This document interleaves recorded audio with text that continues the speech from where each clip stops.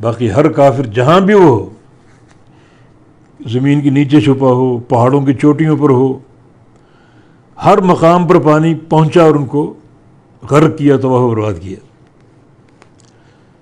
امام سیوطی رحمہ اللہ نے مسند عائشہ کے نام سے کتاب لکھی ہے، اس میں سیدہ عائشہ صدیقہ رضی اللہ عنہ کی روایت سے قوم نوح کی ایک خاتون کا ذکر کیا۔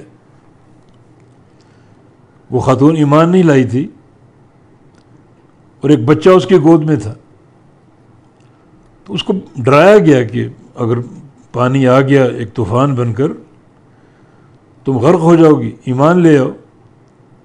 تو اس نے کہا پانی مجھ تک پہنچ ہی نہیں سکتا، میرا 2 منزلہ گھر ہے،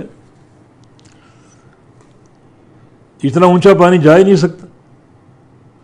چنانچہ اپنے گھر میں تھی، پانی آ گیا، چھت پہ چڑھ گئی، پانی وہاں بھی پہنچ گیا، دوسرا چھت، پانی وہاں بھی پہنچ گیا۔ اس چھت سے ملحق ایک پہاڑ کی چوٹی تھی، پہاڑ پہ چلی گئی، چوٹی پہ چڑھ گئی، پانی وہاں بھی پہنچ گیا۔ اس چوٹی پر ایک درخت تھا کھجور کا، اونچا تنا تھا ایک بہت بڑا، درخت کوئی بھی ہو سکتا ہے، بڑے تنے والا۔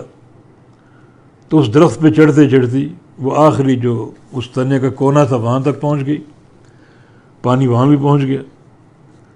حتیٰ کہ آخری عمل کے طور پہ اس نے بچے کو اپنے دونوں ہاتھوں میں لے کر اوپر اٹھا لیا، تاکہ پانی مجھے اگر نقصان پہنچے تو بچہ میرا محفوظ رہے۔ پانی وہاں بھی پہنچ گیا۔ تو اگر حجت اور دلیل کے بغیر کسی کے نجات کا کوئی سوال ہوتا تو یہ عورت بچ جاتی۔ کتنا ایک ترحم آمیز منظر تھا، یعنی ایسا منظر جس کو دیکھ کر ترس کھایا جائے، مگر قاعدہ ہے، جو نہیں مانے گا ہلاکت اور تباہی اور بربادی اس کا مقدر ہوگی۔